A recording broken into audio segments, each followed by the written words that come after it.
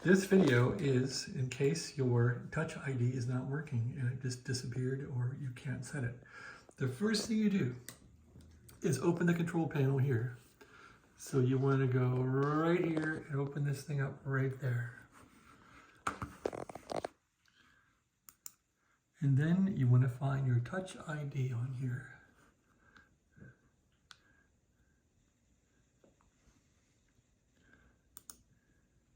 Now, there are many cases when you've done this and this is gone. It's just simply gone. What a frustrating circumstance. So to fix that, you first disable Wi-Fi right here.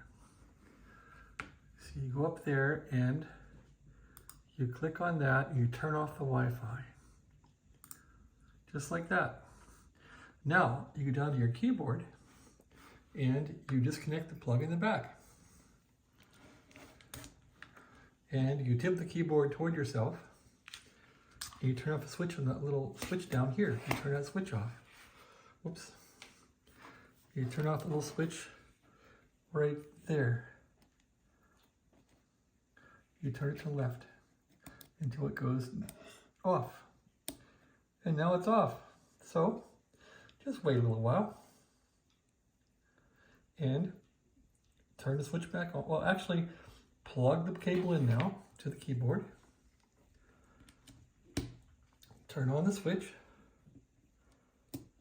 and put the keyboard back down. Make sure it shows green there, that it's on. It does look like it's off. Let's turn it back on. There, now the green is on. Now put the keyboard on the desk. And all we do now is use this plus or the finger ID. This will now show up and you'll be all set. You can add your fingerprint and do what you gotta do. Then once that's all done, you turn your Wi-Fi back on. So you go to Wi-Fi and turn it back on the switch. That's it, you're all done, congratulations. Now, remember that the Touch ID only works when the computer goes to sleep. So if you put the computer to sleep or it goes to sleep on its own, we'll say Apple, we'll say lock screen. Now you can use your Touch ID to get back on. See, go ahead. And now you're back on your computer, okay? Thanks for watching. Have a great day.